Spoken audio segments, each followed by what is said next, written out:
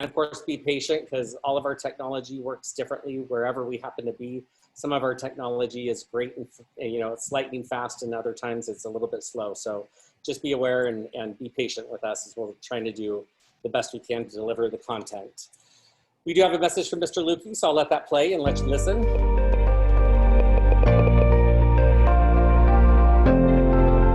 Good morning and welcome to Summer Virtual Institute.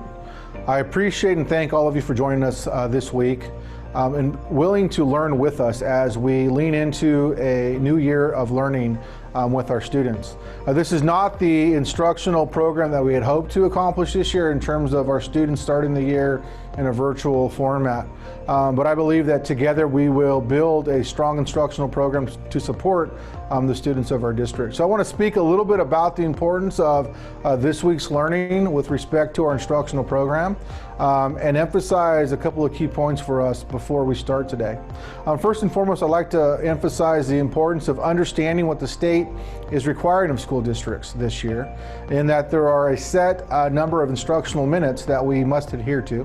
It is our goal that through the virtual nature of our instructional program over the first quarter, that we can rise above and beyond those minimum minutes, ensuring that our students receive ample in-person to the best of our ability instruction, meaning synchronous learning, where we are zooming in with our students online, supporting them, teaching them, equipping them with the skills to be successful in this virtual format. And then we are also balancing that with what we call asynchronous time, where we are assigning kids to complete assignments through many of our instructional tools and resources, while we as teachers and educators work in small groups with students who simply need more time with intervention. And so you are going to receive a lot of information from our instructional services support team. You are going to receive a lot of tools and resources to support you with the instructional design of our program for this year. Just know that we're in this together. Let's support each other. Let's be there for each other, and let's work together to make the very best and strongest instructional program for our students. So once again, thank you very much. I look forward to learning with you this week, and I look forward to a successful school year. Thank you. All right.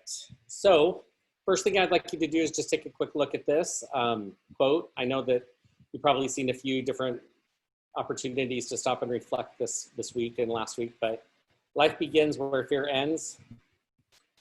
And just think about what that means to you as far as where we are right now in our presentation and where we are in our classrooms, or not so much in our classrooms, where we are in this year and how we're going to attack it. So I'm going to call on some people to share out. I think that would be an interesting thing here. Let me go backwards. Let's try Amber. Amber, can you unmute your microphone, please, and share with us what you feel the message was stating here about life begins where fear ends? So I think basically what it's saying is that you're able to try new things if, you can overcome that fear or get rid of that fear. Then you're able to go out there and, do and be what you need to.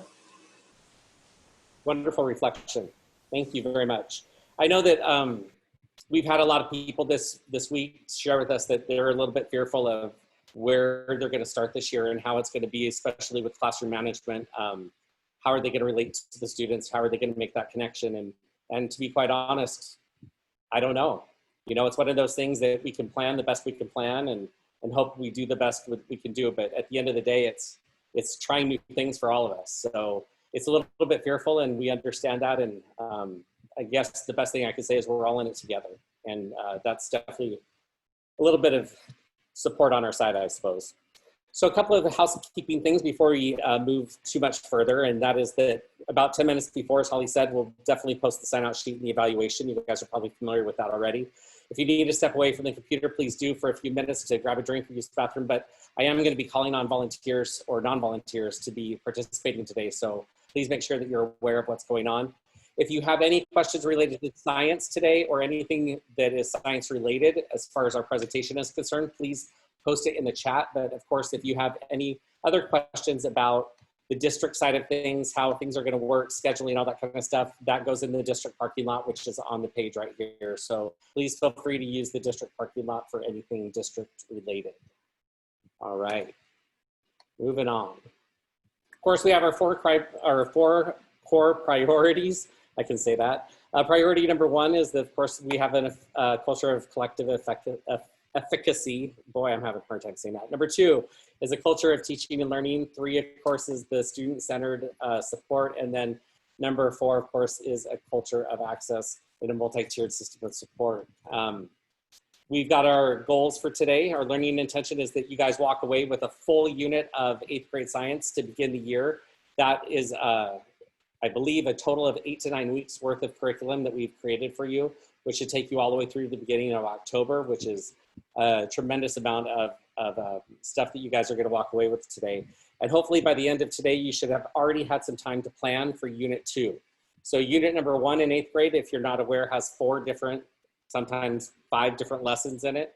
And then we've already done that for you, but unit 2, of course, that you'd be starting in mid-October, that's what we want you to be walking away with today, is a start on that. So we're going to give you time at the end of the PD to really dive into that with each other and see what you can create.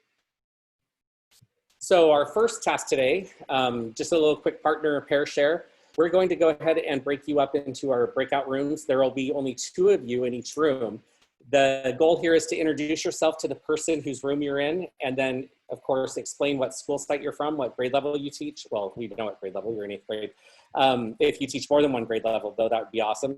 Tell us whether you're a Star Trek fan or a Star Wars fan, and then what are you most worried about at the beginning of this year in the virtual world.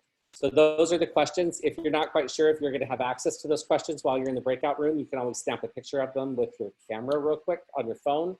Otherwise, you're going to be in breakout rooms with yourself and one other person. And when you come back, I'm going to ask you to introduce the person who you were in the breakout room with. And I'm only going to go through a few of them. So make sure you're writing down all the details from your partner. So this is a great strategy to use to hold your students accountable, of course, especially when you put them in breakout room. So look at the questions again. We're going to put you in a breakout room with someone else, and be prepared to share out your partner's information when we come back. All right, folks, I'm going to put you into breakout rooms. So I may have to do a little bit of shifting because we're an odd number. So just be patient while we get those taken care of.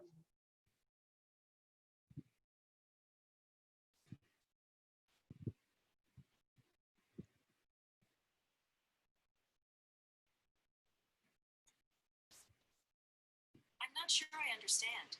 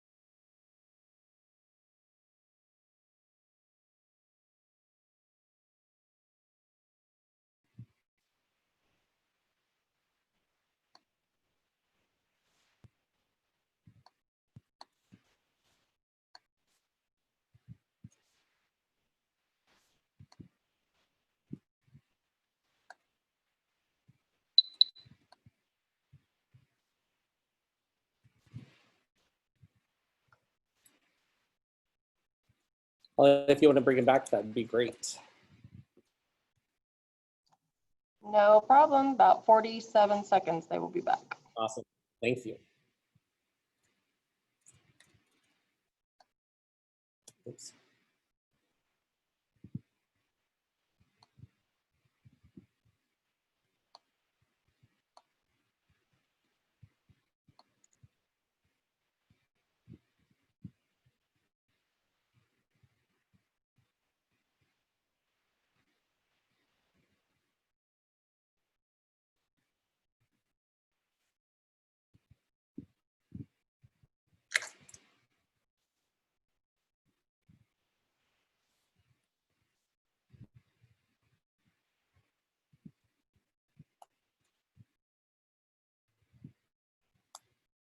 Here they come. All right, so if I ask you to share out, please unmute your microphone real quick and share with us who or the information about your partner real quick. Let's start with Jimmy. Jimmy, can you please unmute your mic and share with us who your partner was and the information they shared with you? I had two partners. Do I just choose one? You did, okay. Just one of them would be great. Okay, so Mark Miller, he's at Washington. He's teaching multiple grades, 7th to 8th, and then he likes the original Star Wars trilogy, and he's most worried about student engagement this year.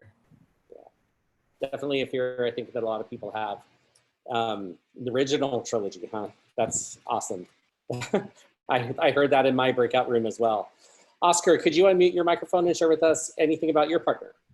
I'll go ahead and Amber Blanton.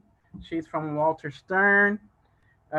She likes both Star Wars and Star Trek. She couldn't separate the two. Oh, Says she's a nerd like that. I'll add that. that's awesome.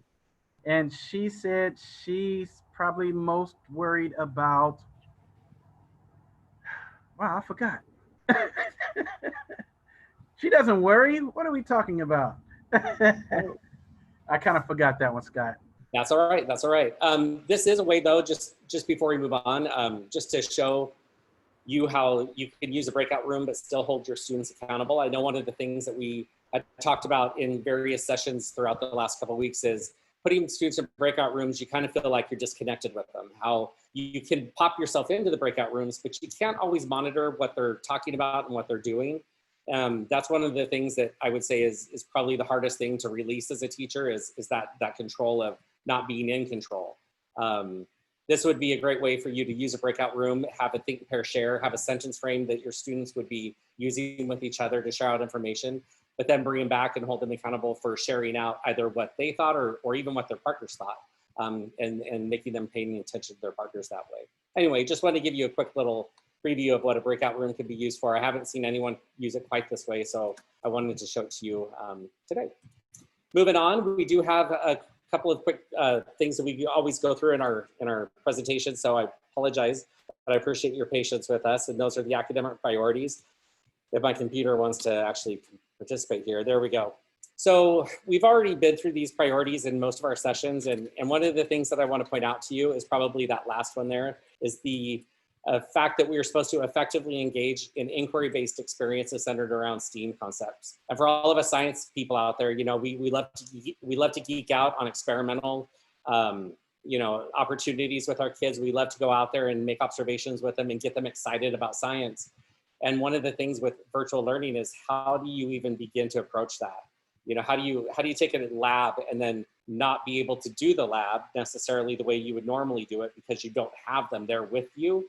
How do you then create that STEAM opportunity for those kids and get them engaged? You don't just want them watching videos forever, and of course that's not our goal, but you do want to be able to translate science into something they actually can do at home. And so that's what most of our procedures and our lessons have been based upon for the first unit. So the next thing I'd like you to do, we're going to read just a little bit of an article, and then we're going to go to Padlet and post a blog about the article. So on the white box you see on your screen right here where it says click the white box to access the article, I'd like each of you to go ahead and click that, and it will take you to an article that has a blue bookmark page on it. And I would like you to start reading where the bookmark is. As soon as you're done reading, I'd like you to click over to the brown box, which will take you to Padlet and allow you to post a blog about what you read about. And the only thing I want you to post about is something interesting that you learned from the article, something that you could take with you and you could bring back into your virtual learning this year. And there are a few different examples of things that you can, in fact, take to your classroom. So you should all be accessing the article at this point. Then you'll go to Padlet, and Padlet looks like this, if it will pull up here. Here's Padlet. So when you're done reading the article, you'll go ahead and just click on the pink button down here at the bottom where it has the plus sign, and you'll post your own feedback about the article that you read. We'll give you a few minutes, maybe 4 or 5 minutes to get the article read and get posted here. We'll watch them come in.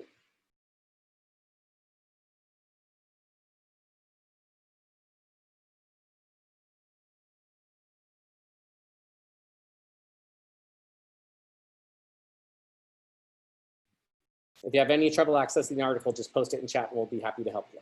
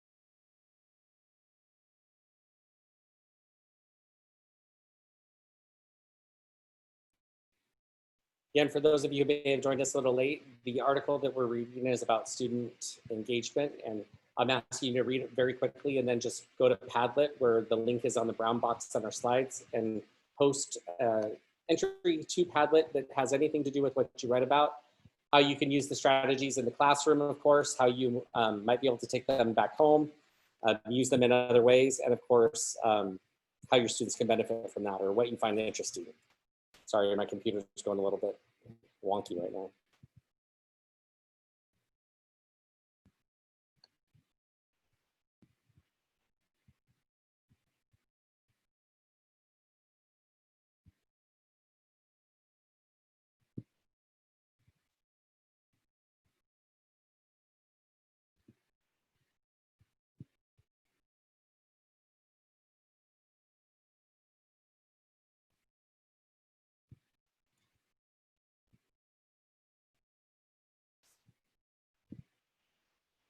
All right, for the sake of time, we're going to go ahead and move forward. I don't know if any of you had used the Padlet before in your classrooms. I always found it very interesting to see what students, how they interact with each other, how they respond, how they comment on each other's work sometimes, because they give brutally honest feedback, which can be fun. But ultimately, let me see. Holly, are we having any trouble with our presentation so far as our sharing screen? I just have people that are having difficulty accessing the Padlet, but your link is working. So just a reminder, I did post it in the chat. Please make sure you make a copy of the presentation, and I posted that link again. So once you have a copy of that presentation, you can open it up on one of your tabs, and you'll be able to click on all the links that are in there. If you're trying to click on the shared screen, that's not going to work, because that's just him sharing his screen. It's not like a part of something that you're into. So you want to make sure that you open that presentation yourself, and then you should have no trouble getting into the links. Awesome. Okay, so Padlet, we're going to move on from that. Again, if you haven't ever used that before in your classrooms, it's another great tool for holding students accountable for what it is they are reading or learning or doing that day. They can post pictures in there, and they can post other things as well. One thing we wanted to share with you is the Eld Strategies. These are great sentence frames that can be used both virtually and, of course, in your own classroom to get kids speaking in academic language and to help them ultimately place their science frames around the right vocabulary. These are things that we use. We've been using these for years and years and years in various school sites. And of course, they are great ways for kids to learn how to engage with each other and do it in an appropriate way. The slide that you're looking at right now is just some basic common practices for virtual learning. And I shouldn't say basic because this is new to all of us really, but these are great strategies that have been looked at and ultimately are great tools for teachers to use in their classrooms. We're not going to spend much time because I know that you guys can learn and go back and look at these on your own if you choose to. And I would definitely recommend you do. Instead, we are going to go ahead and dive right into the virtual science itself. To do that, we of course are doing the next generation science standards, which are 3-dimensional standards, as you guys know. They include the disciplinary core idea, which is kind of the basic standard, the science and engineering practices, which is the do, and then the cross-cutting concepts, which how they interact with other things that they might be learning with. And that's how we came up with all of our lessons for you for the first unit, was by looking at these 3 dimensions. Ultimately, what we did is we constructed each of the learning intentions based upon the NGSS 3 dimensions. And that is what we are in fact are going to be looking and working on today. So as a student, and you guys are on the student side, this is you guys going through the unit. Our first lesson, our first standard is for us to be able to construct and interpret data to show basically kinetic energy and how it works and the different quantities that you can observe with kinetic energy. So that's ultimately our goal today. And you guys as the students will need to log into your Google Classroom. So I'll give you a few minutes to go ahead and click on the Google Classroom for the first unit of our Summer Institute Science, 8th grade. The class code is right there on the screen for you to log into that and join the classroom. And again, this is a virtual classroom meeting. We have all of the first lessons posted there, but of course you would have to create your own Google Classroom and then transfer those ideas or those lessons onto your own classroom for your kids. And we will show you what all the lessons and all the classrooms look like for the end of this, for the first unit. If you guys would be so great as to look at your Zoom window at the bottom and find the participants window. Down in the participants window, if you could give me a thumbs up, yes, if you are ready to move forward and you've joined the classroom. So I'll be waiting to see everyone check a green check mark in there for a yes or a thumbs up. So I see Randy's ready. We've got Billy ready. Mark, good job. Amber.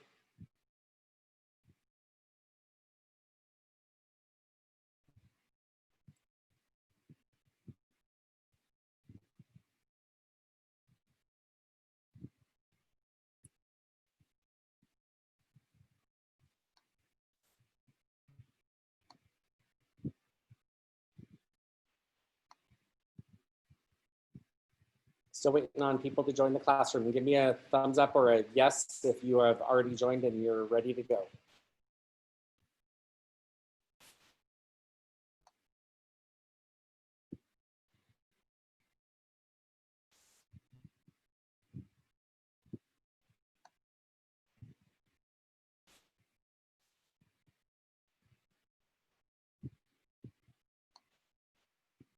All right, before we move on real quick, I just want to point out the difference between the chat window that you guys, some of you are posting a yes in, and some of you guys are posting a yes in the participant window. So I asked you to post it in the participant window, which is not a big deal. But if you were doing this in your classroom, you definitely want to be looking at the right window in order to know whether your students are ready to move on or not. So at the bottom of your screen, or wherever it happens to be on your screen, where the Zoom controls are, one of those controls should say participants. And if you click on that window or click on that button, it will pull up a participant list. And at the bottom, you have different feedback that you can get from your participants with a yes, a no, please go slower, go faster. Those are all options that your students can be clicking and giving you feedback with. And that's not part of the chat. It's different from the chat. So just be aware that those are things that you might want to take a look at. Yeah, that participant pad or participant box is really, really helpful because it gives you a real quick, just, you can run down the column really quick and see where any potential issues are, make sure everybody's on with you. What you do have to do though, is you have to undo it. So like you can put your yes in and then, wait a few seconds or so, and then you can clear it and then it doesn't stay up there. So that's just one little kind of quirky thing about Zoom that you just learn through the practice. Awesome. All right, so we're going to go ahead and move forward since most of you are already to the classroom. And the first thing we're going to do is open up the assignment for the engaged portion of this class, which is the trebuchet video. So if you look at your classroom right here, it should be toward the bottom of your screen where the engage is at the very bottom. You click on that assignment and let me go to the instruction part. If you click on the assignment and look at the instructions, you'll see that one of them is a video and the other one is the worksheet the kids would be filling out during the video. We're going to go ahead and ask you to open up both the video and the worksheet. And what your job is to go ahead and in the worksheet, as you're watching the video, I want you to think about the energy for the launch. Where does it come from? And I want you to start brainstorming ideas about energy and what kinds of energy do you see there and how does the device work? And literally you're just going to, let me open this up. You're going to just post like 1 or 2 words in each box as they appear, as they pop into your head while you watch the video. So please go ahead and play the video, see what you can get out of it, and start submitting your responses on the paper and submit it through Google Classroom. We'll give you a few minutes to get that done.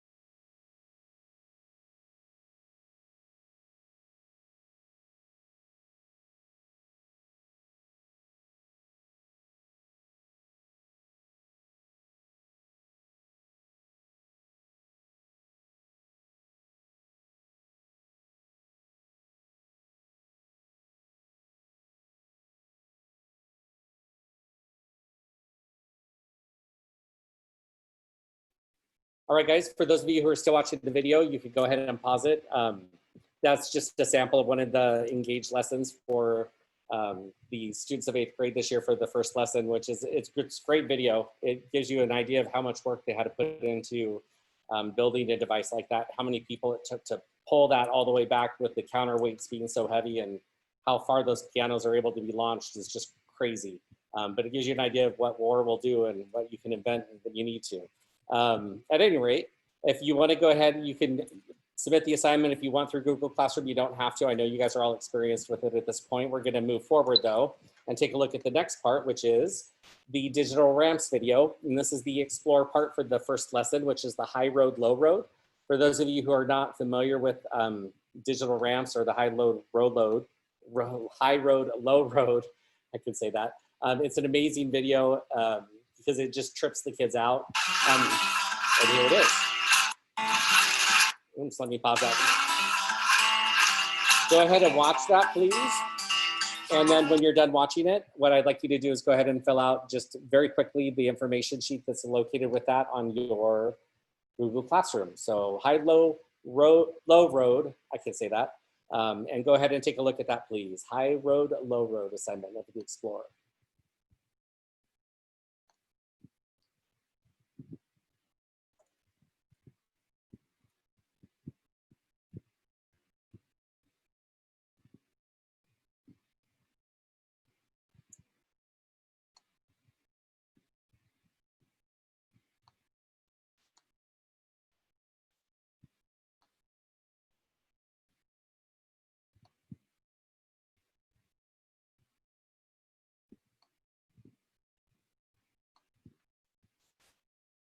Now, if you were doing this in class, there's a couple things I want to point out to you. This asks students to pause the video at various times throughout the presentation. So at 1 minute, 2 minutes and 12 seconds, 3 minutes and 5 seconds. All the while the students are supposed to be making predictions of what they think will happen. Now, I don't know about you, but if I had students in a class on Zoom, I don't think I could leave this assignment to any one of those students to do correctly. It's one of those things that most students are going to watch the video completely through. They're going to go back and open up their prediction worksheet and be like, oh, shoot, yeah, I guess I was supposed to not watch that video all the way and supposed to pause it at various times. And you know they won't do that. And so they're going to end up not meeting the point of this worksheet. So in this case, this would be an excellent example where you would be sharing your screen with the students and you would be playing the video via your computer and then stopping it yourself so the students wouldn't actually be able to watch the video all the way through.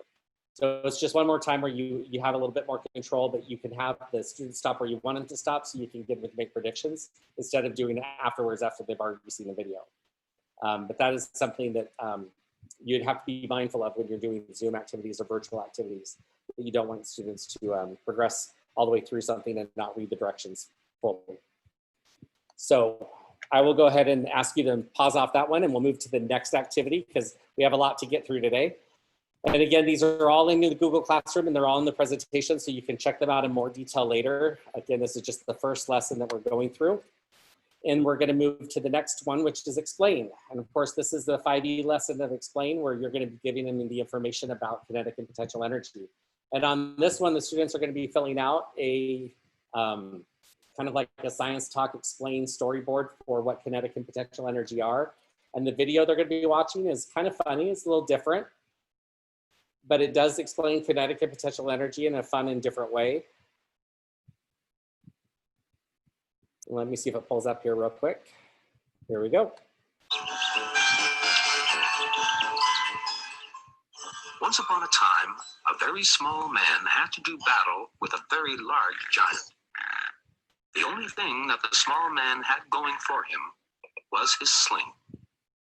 When he let loose with it, the mass of the stone combined with its speed to give it kinetic energy with which it was able to work on the giant, thereby applying force and exerting that force through a distance. The stone had energy thanks to its movement. Indeed, everything that moves has energy, even the air around us. So you can see that's just another way of giving the kids the information about kinetic and potential energy. You may choose to do a lecture where you're doing the notes on your document camera while you're in a Zoom meeting with the kids. You may pre-record it if you'd like. This is just another way of giving our students a little bit of access to the information that they're going to need. But again, we've seen so far 3 different parts of the 5E, and what about the 3 different parts of the 5E do they have in common so far? What would you say? In so far, the first 3 parts of the 5E, what have you noticed about their commonalities? Marilyn, would you be willing to respond and let us know what you've noticed about the first 3 parts of the 5E?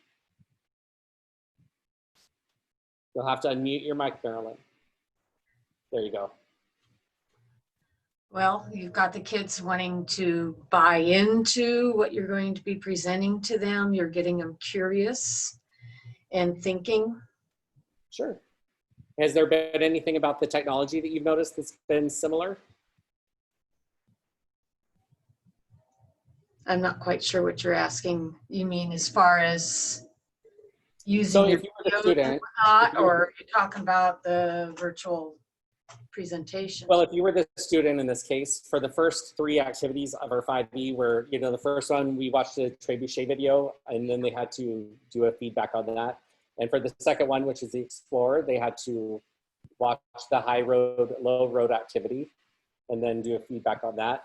And then they had to, for the third one, watch the video on the giant and the little guy and talk about kinetic energy. So of the 3 of those activities, have you noticed something similar that we've asked the students to do now for 3 times that has to do with maybe watching something? Yeah, they're watching There you go. 3 videos that deal with energy and transfer of energy, conservation of energy. And I got to tell you, it's one of the things that I'm a big fan of videos. I think they're great, but at the end of the day, I'm a little bit off put every time I'm asked to do something. It's a video after video after video. So it's one of those things that you may choose to spice it up a little bit. And it's one thing that you may choose to use, who knows, but you may, just for the idea of getting your kids engaged, try to differentiate a little bit more. And it's one of those things that we brought up because we noticed that a lot of people, when they go virtual, they fall back on videos a lot, which is great, but try not to get in the habit of showing videos all the time. And that's one of those things that after 3 of those, we're done, because there's no more videos that we'd want our kids to be doing, because then the videos end up teaching our kids instead of us. So thank you for pointing that out, Marilyn. I do appreciate it. I know it was a little bit difficult, but there you go. So here we go. We have our Explain Part 2 portion. This is the Lindsey Vaughn. She was one of the professional or Olympic skiers back in the day, just not so long ago. This would be an example of an Achieve 3000 article that you could use in your classroom to help with the Explain. No video is associated with this. It's a reading article. And I don't know if you're familiar with Achieve 3000, but those of you who aren't that familiar with it, if we have brand new teachers with us today, I'm not entirely sure. Achieve 3000 is a great tool that I just learned about this summer, for all honesty, and that's my bad, because I think it's a wonderful program. It gives you access to a plethora of articles, from science to anything else you can think of on any topic, and it allows you to choose the different Lexile levels for your students. So if you have students who are very low, you can choose a much easier article for them to read. If you have honor students, you can definitely choose a Lexile level that's higher for them. They have audio portions of the articles as well, so students who have a hard time reading in general. Some of our students who are who have sight problems, there's audio that they can listen to instead, but it's a great way for you to engage with the students, do a close read activity, something like that. If you don't have access to it, you can get access through our district website on the Clever button. I'm not sure if you know where that is, but you will find out, I'm sure. But the Achieve 3000 article is amazing, and that would be the next step of our Explain article, of our Explain part of the 5E. Holly, do you want to add anything about the Achieve program? The cool thing about Achieve that I really like is that they do have quite a bit of science content. So if you haven't used Achieve within your science class, I would definitely suggest you start kind of looking around and looking at the articles. I know they've done a lot of updating, and they were trying to tie into the NGSS standards, so it was easier to search. That was one of my complaints initially. But I know they've been working on that, so it's getting better. But the cool thing about the Achieve articles too, and if you haven't used them, you may not know this. There's typically 2 pieces to the article when we're looking at science. There's some sort of a practical application, and then there's a content piece. So they're usually about 2 pages. Most of them are 2 pages. It kind of depends on the category of the resource, but if you read the first page is always going to be some, contemporary example. The second page, though, is where the content is. So you want to make sure when you're using those with your kids that you actually get them to that second page, because that's going to really supplement, what you might give them in a textbook, or in this case, in place of a textbook. So just kind of be aware of that. And I would definitely dig into Achieve a little bit. If you don't have access, talk to your principal. Everyone should have access, but it's just a quick, just a little quick email to get you access if you need it. So yeah, I would definitely say check out Achieve. And I'm pulling up right now for you because I'm only able to access Achieve, and maybe this is for everyone, through our district website. So you have to go to the employees page and then scroll down and click on the word Clever. And when you log into Clever, it then lets you log into Achieve 3000. And this is what the article from Lindsey Vaughn looks like. This is the 5E lesson that actually goes through all the 5E parts on its own, just with the visit from Vaughn. And you can see on here, here's the article right here that I'm pulling up. The article itself up top here, you can change the Lexile level depending on your classroom of students, what difficulty level you would like to give your students. And here's the article itself, of course. As Holly was mentioning, it was the second page, I believe she said, that delivers the actual information. So here you have kinetic energy, digging deeper part. You've got all of your materials for your teacher over here if you would like to include these as part of your lesson from your article that we'd be reading on Lindsey Vaughn. And again, just because of time's sake, we don't have time to go through this as an activity, but everything's posted for you in the Google Classroom, and you're welcome to take a look at that in much deeper detail and use it if you'd like to. But we want to save most of our time at the end for planning unit 2. So we're going to go back to the presentation and take a look at our next explain. So in this part, this would be an opportunity for us at the end of the explain portion, now that we've watched the video and we've also read the article on Lindsey Vaughn, to then check in with our students. And our students at this point would be filling out a Google form with some basic questions about kinetic energy and potential energy to give us an idea, are they ready to move on or not? Because as you guys know, the next stage is to elaborate, where they get into a little bit more detail with the kinetic and potential energy of science here. So this would be another self-check for them to fill out. And of course, this is the fun part where they get to actually do some designing of a roller coaster and showing you that they can do it themselves.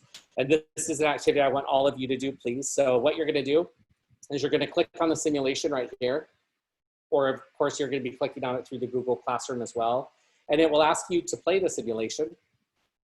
And when you play it, I want you to take a look at the different areas where kinetic energy is highest, where potential energy is highest. And then after you played around with it for a little bit, I want you to click on the assignment, which will ask you to draw your own roller coaster and label the areas of greatest potential energy and kinetic energy, and then submit that in the Google Classroom. So again, you're going to be looking at the elaborate portion of your classroom here. Let me go to the classroom to show you. Right here, we are in the elaborate. And you're going to click on the simulation right here. And then when you're done, you're going to open up Google Drawing and you're going to draw your own roller coaster and label the areas on your roller coaster where the greatest potential energy are and where the greatest kinetic energy are. So I'll give you a chance to play with the simulation and then do that. And please submit your drawings on Google Drawing through the classroom when you're done.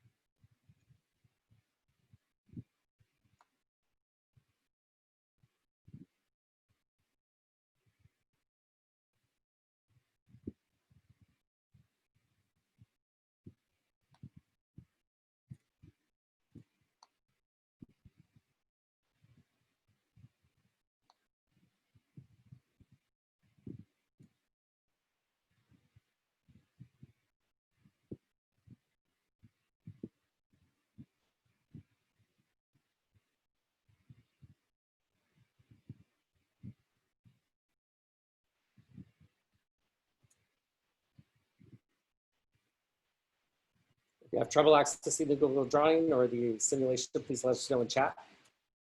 I'm waiting to see you guys pop up your drawings here in just a sec.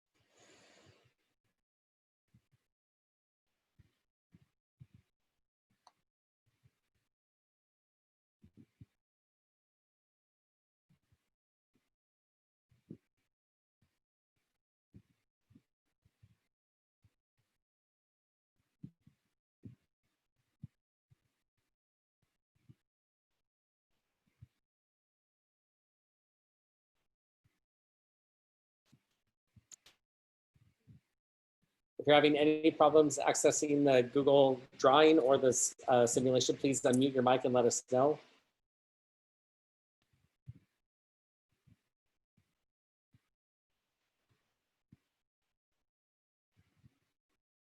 Okay, we're going to go ahead and move on then. It sounds like everyone's been able to access it and take a look at it. That would be just a great opportunity for you to have kids get a little creative and ultimately let them take a look at you know, kinetic potential energy, show you that they know where it is and how it works as far as a roller coaster is concerned. But you can have them do anything from designing a road to, you know, a roller coaster, whatever you have in mind, which would be a fun activity for them. Then we have another elaborate activity. This one is also fun, but it's in a different perspective. On this one, the students are going to be word sorting. And so in this case, we're going to be looking at several examples of kinetic and potential energy, and you're asking them, and I'll show you right here, you're asking them to basically drag and drop words from one area to another that will show you if they know what they're talking about when it, come on, show you that they know what they're talking about in regards to kinetic and potential energy, which if this computer will work for me, come on. There we go. In the elaborate portion right here, if they were to click on it, they would be word sorting the potential and kinetic energy terms to various parts of the picture or the slides presentation to show you that they understood kinetic potential. So again, this is what it looks like from their perspective. They would be submitting this to you in Google Classroom for you to grade, of course. They will be looking at the different words like this, potential and kinetic, and they'll have to drag and drop these to the various places that they believe kinetic and potential energy are, which one they believe is most appropriately placed there. In the next slide, they'll be doing the same thing, but at this point, they're going to be looking at several different opportunities where you have the greatest potential and kinetic versus where you just have some kinetic potential. They'll have word phrases that they'll need to write out as far as their kinetic and potential energy. And then this last one here, which I love, because this one lets them sort the activities to potential and kinetic energy.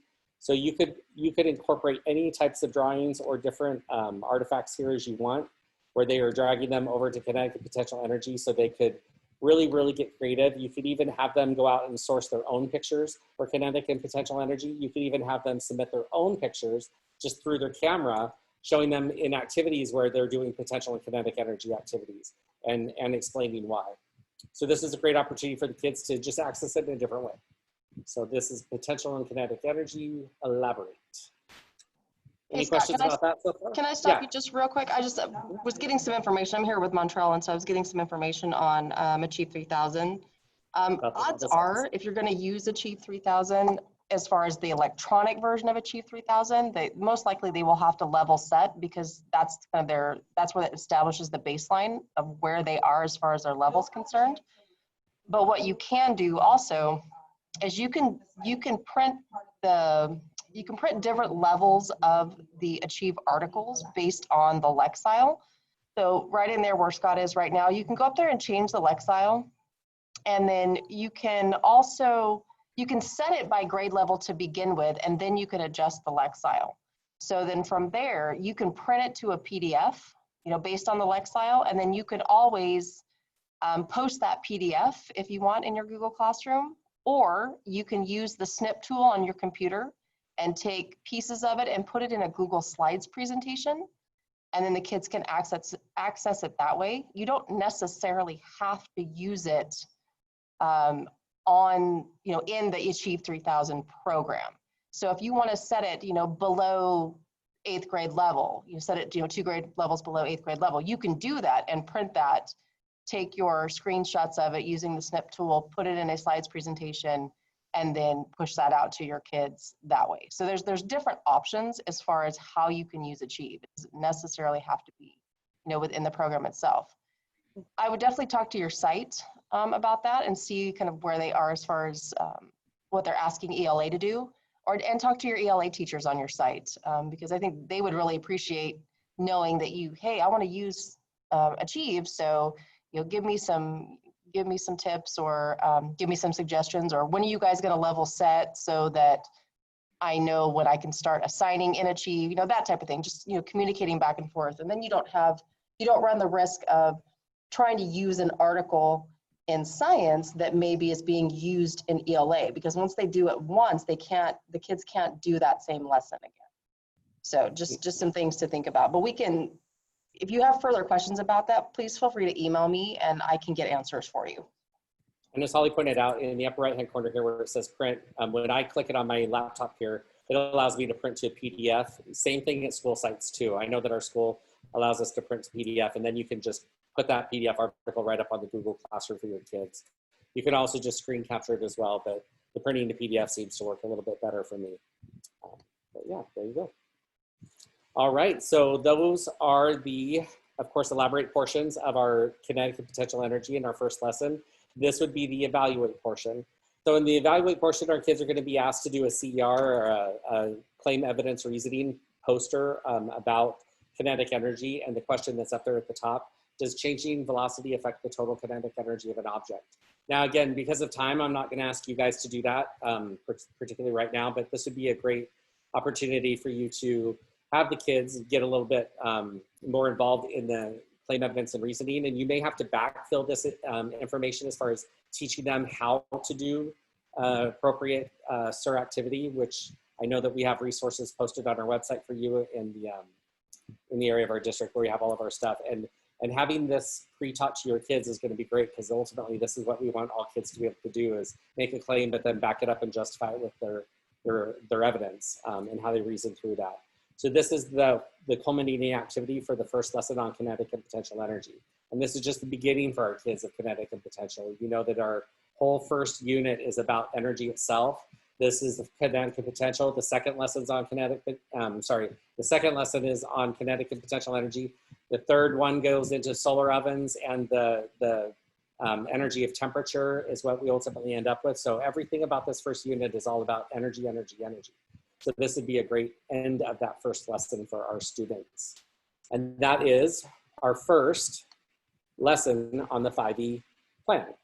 And that takes you through, I believe that takes you through the first 2 weeks of our classes together. As far as I remember, our calendar, pacing calendar for our kids.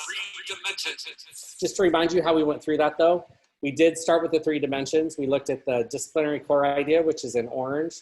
We then included our science and engineering practices, and then we ultimately went to our cross-cutting concepts. And we did this all in the idea that we wanted to create a performance assessment and evaluation for our kids that we can then backwards map all those lessons from. So on our first unit, our first lesson, we wanted the kids to be able to look at graphical displays of data to describe how kinetic energy relates to the mass of an object and the speed of the object, which is what we ultimately did through all the various simulations and whatnot. And that's where we got our lesson for the first 5E for our sequence of lesson number 1. This is our different 5E learning intentions that we came up with for our first lesson that we already reviewed with you guys. And of course, on this page right here, we've got all of our different parts of the 5E from the evaluate all the way up to the engage. We've got our first unit, DCI and everything. I'm sorry, just one second. My computer is going extremely slow sharing everything right now. I apologize. There we go. We shared with you how we came up with our learning intentions and our goal for the first lesson, which is by looking at the NGSS standard. And ultimately, that's what we're asking you to do when you create your own lessons in your classroom. And hopefully you'll be not creating these alone. We assume that you guys will be working with your PLCs on campus, that we hope you will. And we hope that when you guys come up with great lessons for Unit 2, you guys are sharing those resources with the district, because we want everyone in our district to have a great ability to get some great best practices shared amongst each other. So I know I skipped over the slide that said break, but at this point, I think you guys would be probably very appreciative if we probably powered through, but I'll give you guys the option here. In just a moment, I'm gonna ask you to click on your participants window down at the bottom of your screen. Give me a thumbs up if you are ready to skip the break and move forward. So you're ready to move on because we wanna get this done and you wanna get your evening started. And give me a thumbs down or a no if you want to take that break and you want to have a little bit of time just for a minute to collect yourselves. So thumbs up means you're ready to power through, no break needed. And a thumbs down would be, let's go ahead and take the break just for a few minutes and we'll move on in just a few. So click on your participants window at the bottom, please, and share with me what you think.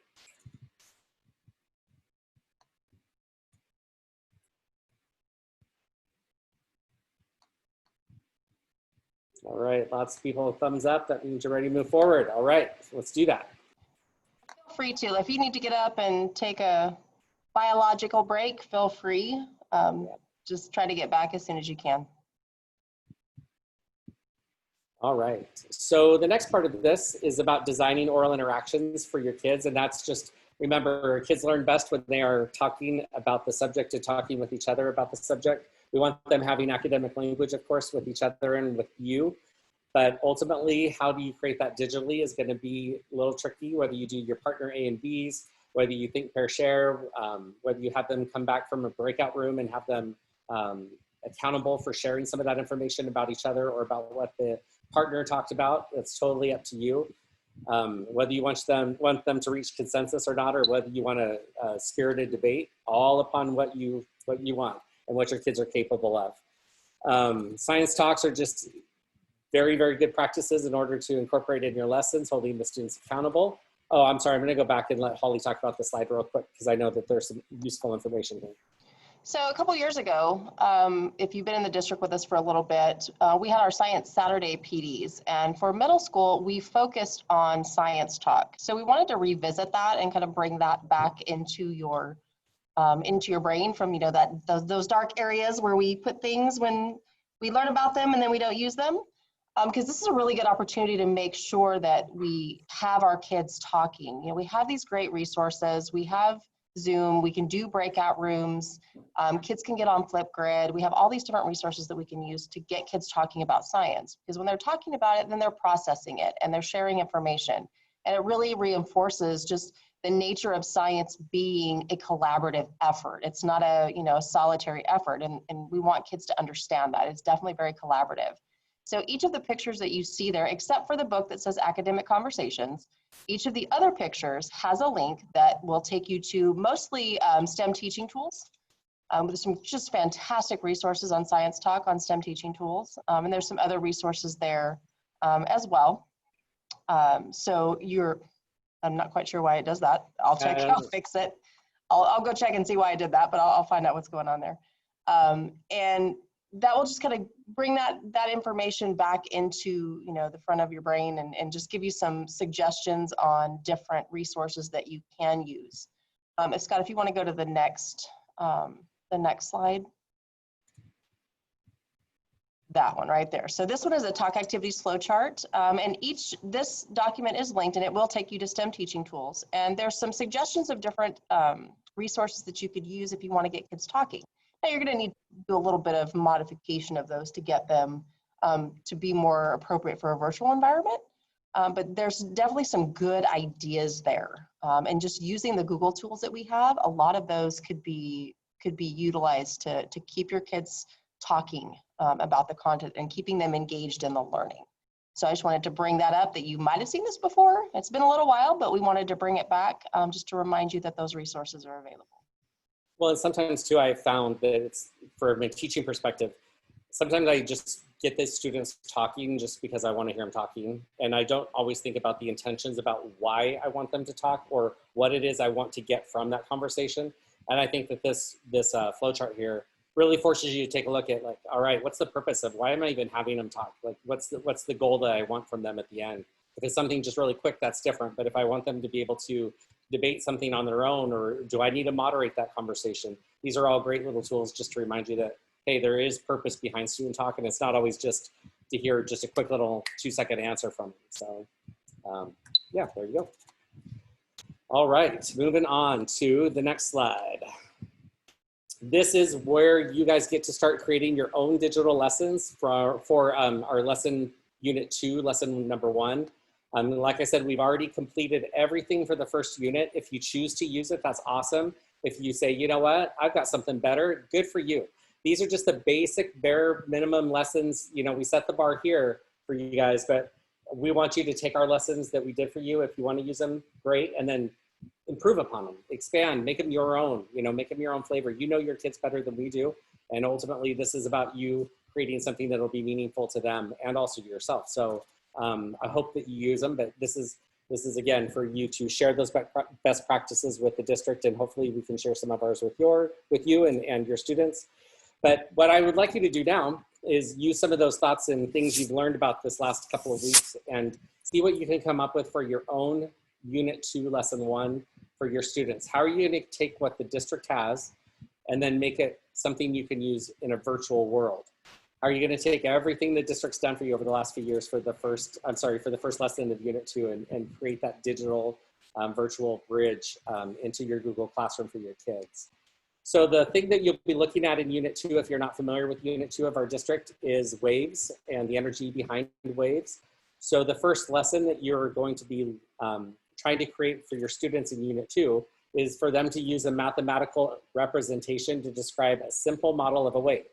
How amplitude of a wave is related to the energy of a wave, you know, wavelength, frequency, all that stuff is about waves. This is our Unit 2. And so that's what your goal is for the very first lesson of Unit 2. So here's what I need you to do. In just a moment, we're going to break you out into breakout rooms where you can work with folks to start creating your own lesson for the Unit 2, Lesson 1. To get down to the 5E lesson that I want you guys working on, you're going to need to click the green box down at the bottom that says Unit 2, Lesson 1, 5E sample. And it will look like this.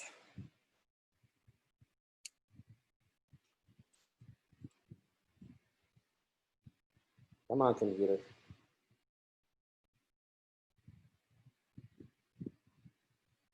Okay, you'll notice that when you look at this paper right here, or this page, you shouldn't see anything on it, except down here on page 2, you should see this is the district lesson for our second unit, Lesson 1. This is the one we've already had on our website for the last year or two. This is not a virtual lesson by any means. So as I see you're just now joining us on the paper. So again, at the top of this paper, you'll see the 5 different categories, the 5E that are all blank. On the second page, if you scroll down, you'll see this is the district 5E lesson that is all the stuff filled in on it, but this is not the virtual lesson.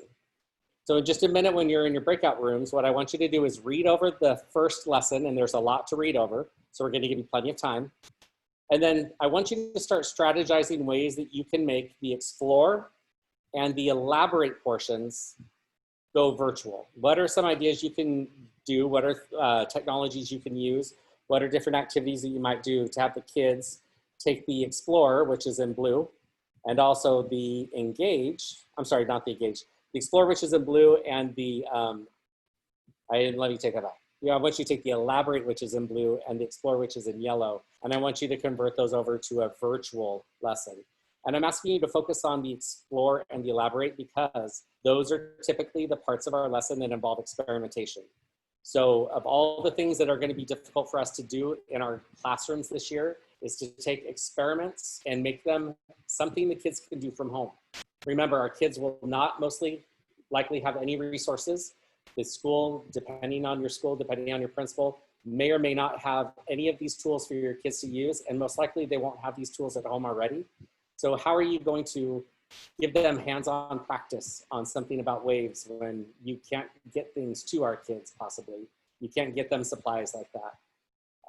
And this is what I really need you to have a discussion with each other about how you're gonna do that in a meaningful way so our kids can practice with this stuff.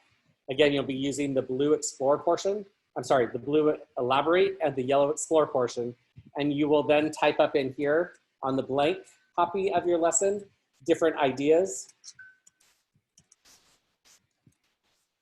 Type different ideas that you can use to make the lesson virtual. And all of you have access to this, so as you're typing on it, you'll see all the different ideas starting to pop up here.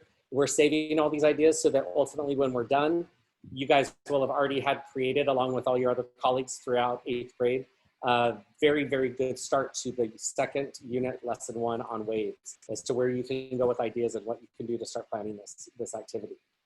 So if there's any confusion, I'll repeat it one more time. You guys are going to be reading through the lesson, working on the blue elaborate and the yellow explore, and starting to take the lesson from the district, which is on the second page, and move it into a virtual lesson that could actually be done online through Zoom.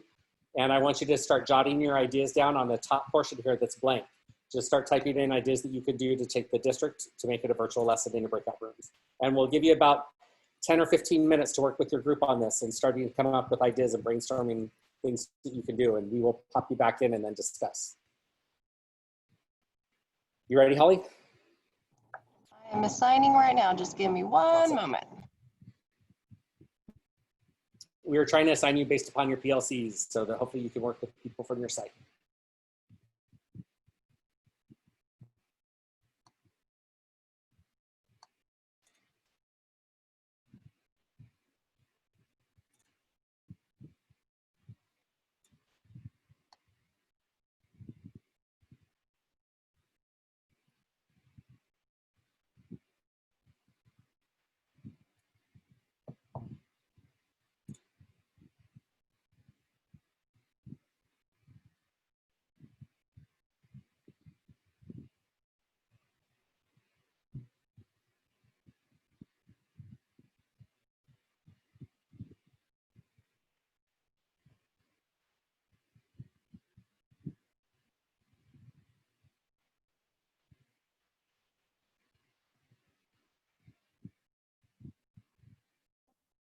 Okay, hold on one second, folks. I'm working on it right now. It's just moving a little slow for me. Just one more time where we have to practice our patience on technology. You know it'll be happening with your kids too.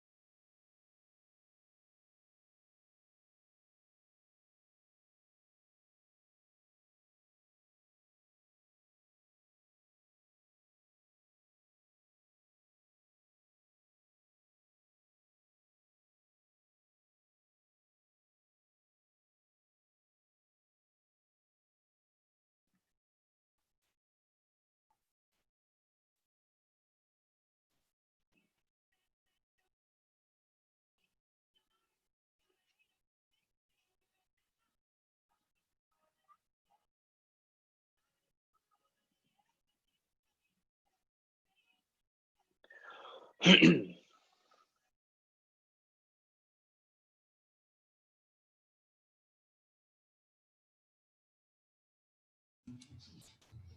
so sorry, guys. It's that everything's running together here. It's hard to see. And I have some people that are not on my roster and I don't have your school site. So that's what's taking me so long. So I apologize.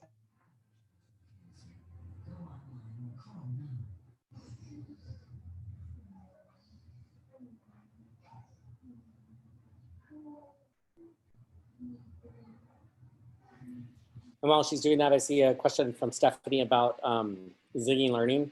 And I know Holly responded, and I personally use Ziggy Learning all my life too. I love it. I've tried to push it through the district as well. And there's been a lot of hesitation for various reasons, but we are continuing to be a strong advocate for using Ziggy, especially because it's improved and it's got some great tools for the kids to use, as well as some wonderful interactions with the testing that they do there, which are just about 100% aligned now with the state CAS test, as far as what it looks like and how the kids are supposed to use it. So we're still trying.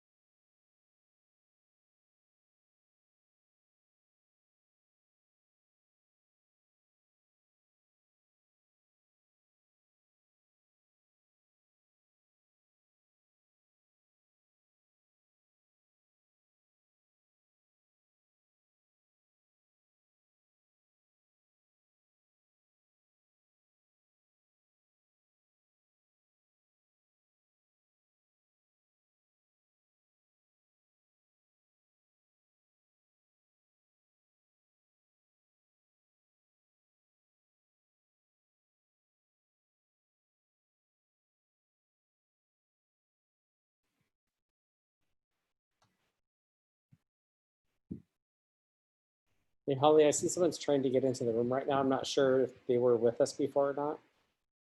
Or maybe they just dropped off. She's on 2 devices. So Oh, okay. yeah, yeah, that's the problem. There you go, you're back in. That's what happens when you have those 2 devices. Sometimes one drops off.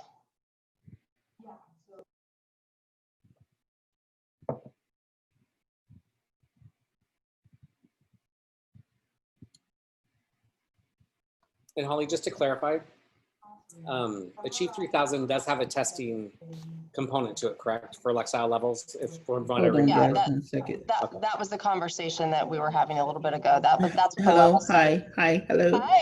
Hi. I'm already in a group. Right, yeah, I know you had both devices, that's why. So I got you in there, you're good. Hello. Hi. Hi. You're on 2 devices, correct? Miss Mundy's? Yeah, she's in a group. She's okay. Okay. You're good, Stephanie. You're on 2 devices. That's why it's asking you to join. I put both of your devices in the same room. So that's what it's doing. And you can just kind of ignore that second device if you want.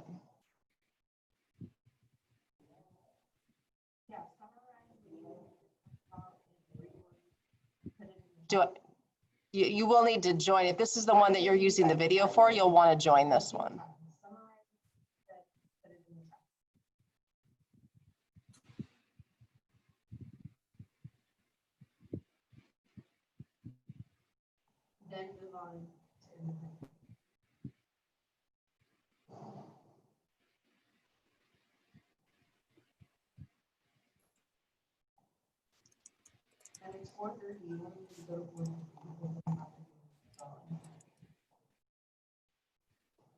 So anyway, to answer your question, Scott, yes.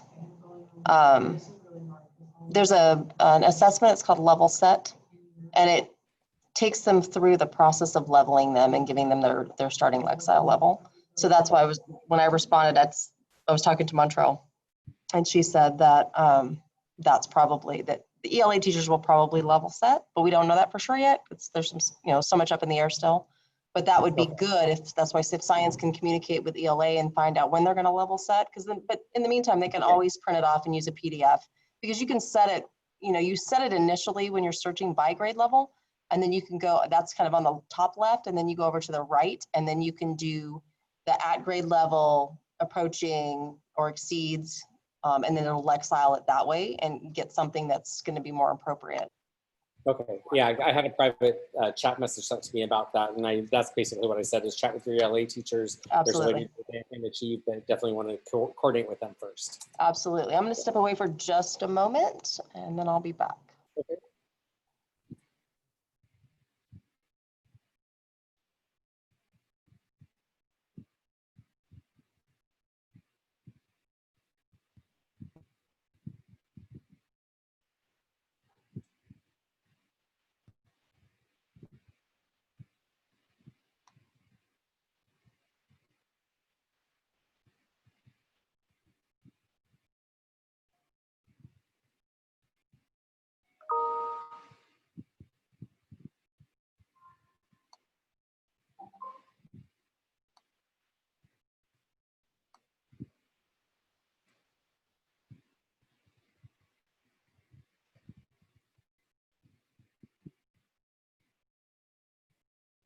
All right, so as people start rejoining us, I want to thank you. You guys have some great suggestions in the Explore, and I saw Alfred had made some suggestions in the Elaborate section. Like I said, we've had all of the 8th grade teachers throughout the entire 2 weeks now that we've been doing PD, been including their own thoughts in how to make this second unit work. And so my goal, or our goal, is to combine everyone's ideas over the last 2 weeks into one kind of just Unit 2, Lesson 1 brainstorm. So when it comes time for your PLC to start planning how to do the PD, how to do the lesson for Unit 2, you'll already have a plethora of ideas and suggestions as to where you can get started to make it virtual. I know it's a little bit tough sometimes to think about how your students going to work it. Are you going to be doing this from home? Are you going to be doing this from the school site? Who knows? If you haven't already read the email that just came out from the superintendent about questions and concerns about that, definitely take a chance to read that. But it's going to be an interesting and difficult and fun and exciting year. So I really think that you guys created some interesting stuff there. If you guys don't already know, I'm sure most of you have already visited, but the Edtech Center is where all of our stuff is being housed. So the Edtech Center is where you're going to find all the information about science, all the units that we have planned for you, all the lessons we have planned for you in Unit 1. The Edtech Center right here. If you just click on the grade level lessons right here in the purple and go to your 8th grade, and then science, you will see that we have our Well, we have a lot of stuff. First and foremost, we have an example Google Classroom for you here of the 8th grade activities for Unit 1. And if my computer can speed up a little bit here. Slow scroll. Oh, and a fast one. After we have our Google Classroom activity, or sorry, a Google Classroom example, we also have all the 8th grade essential standards listed here as well for every single unit that we have. We have our unit plan right here for the old standards, the old lessons for the district, which you'll be using to create your new virtual ones from. We have a planning calendar here. As far as pacing goes, this first unit we plan for you should take you all the way through to approximately the first week of October. So you already have August, September, and the first week of October lessons done for you if you choose to use the district, which I hope you definitely take advantage of that. And underneath that, you'll see we have our, where did they go? Here we go. You have all of our lessons for the first unit. So these are the first 4 or 5 lessons that you have for Unit 1. Each of these lessons contains a unit lesson overview, which is the picture you're seeing right here on your screen. These are the overview of all the technology the students will be using, the standard, what they're going to be using to access the lesson. You have the entire 5E lesson, including the resources right here in each of these links as well. So if you click on that, that'll open up the 5E lesson for every single one of the units. You will want to take a look at these units though and start to plan in advance for what some of these lessons are going to require your kids to do.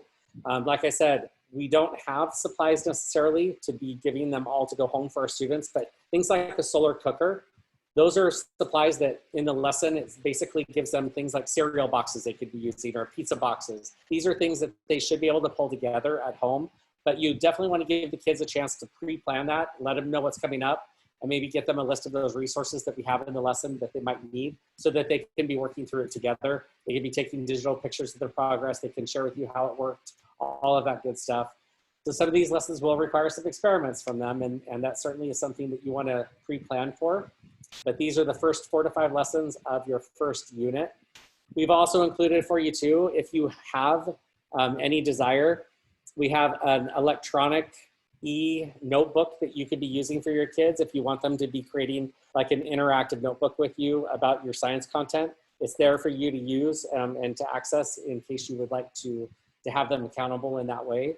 It's a great resource for you to take a look at. I don't know exactly why it's not coming up on here, but it's a wonderful resource. I think I can show it to you.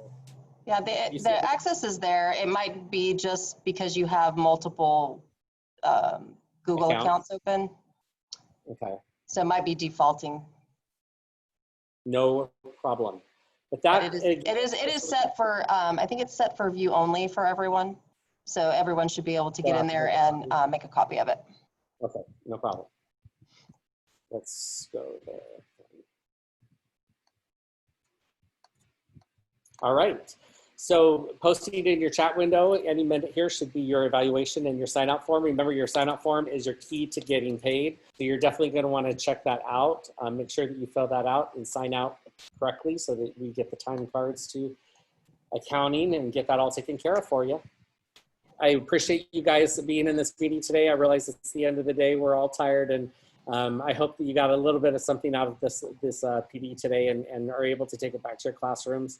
And if you guys come up with anything at all that you and your PLCs are able to brainstorm and come up with this great activity, how you're going to engage with the kids, anything like that, please, please, please share it with us. Share it with everyone in the district.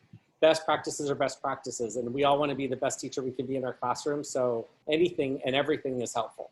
And just we really want to say our thank yous and appreciate you coming today and participating. Yes, thank you guys so much. We know it's going to be interesting, and we're all completely in this together. So, you know, we're here to support you guys, and we're all kind of in this to support for each other. So, you know, please feel free to reach out to me. You can reach out to Scott as well. Any questions, any concerns, I will definitely take them to the powers that be, because I am a huge advocate for science, and I'll do what I can to support you guys. And thank you guys so much. So those will be coming up in the chat window for you if they're not already there, and have a wonderful rest of your day and enjoy your weekend coming up.